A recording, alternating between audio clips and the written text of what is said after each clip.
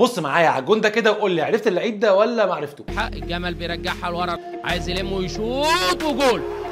بلاش الفيديو، بص على الصوره دي وقول لي عرفته برضو ولا ما عرفتوش. اللعيب اللي ناقص في الصوره ده انت عارفه كويس قوي. في سنه 2009 مصر لعبت واحده من اعظم البطولات في تاريخها، ماتش البرازيل 4-3 وماتش ايطاليا 1-0. وهنا بقى شكلك عرفت اللعيب، ما عرفتوش برضو؟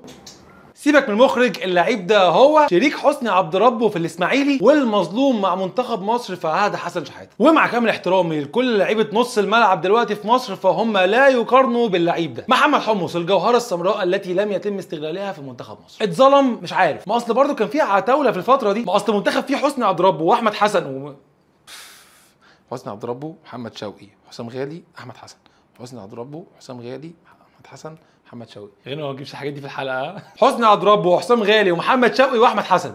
يس. تمام احنا كده تمام. منتخب فيه الاربعه دول صعب تلاعب فيه حمص، ولكن في اراء من جوه الاسماعيليه نفسها ان محمد حمص ده احسن من حسني عبد ربه. لا اسماعيليه. عليا.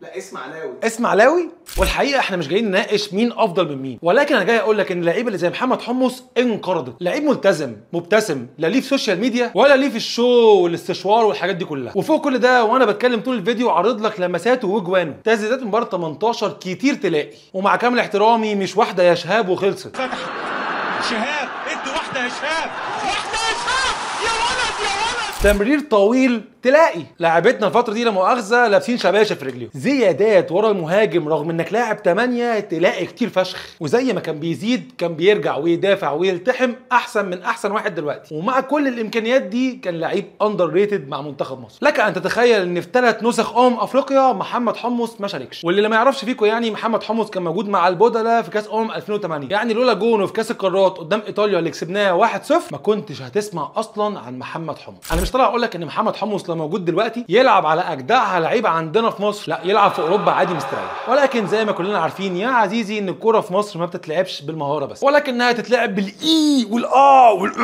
اللعيبه اللي زي حمص وعبد الشافي دول اللي لازم الناس تتكلم عليهم، مش سوري يعني اللعيبه اللي بتحزق وبتزعق بس. فانا هنا طالع اقول لك ما ينفعش ما تبقاش عارف محمد حمص كراجل بيشجع كوره، ولو انت عارفه يا ريت تتكلم عنه في كل حته وتقدره كفايه، لان لعيب زي ده لازم يكون مستغل في الكوره المصريه سواء في التدريب او في الاعلام. وبس كده، لو عجبك الفيديو اعمل فولو ولايك، وما تنساش دعم اخواتنا اللي بيعانوا اشد المعاناه. سلام.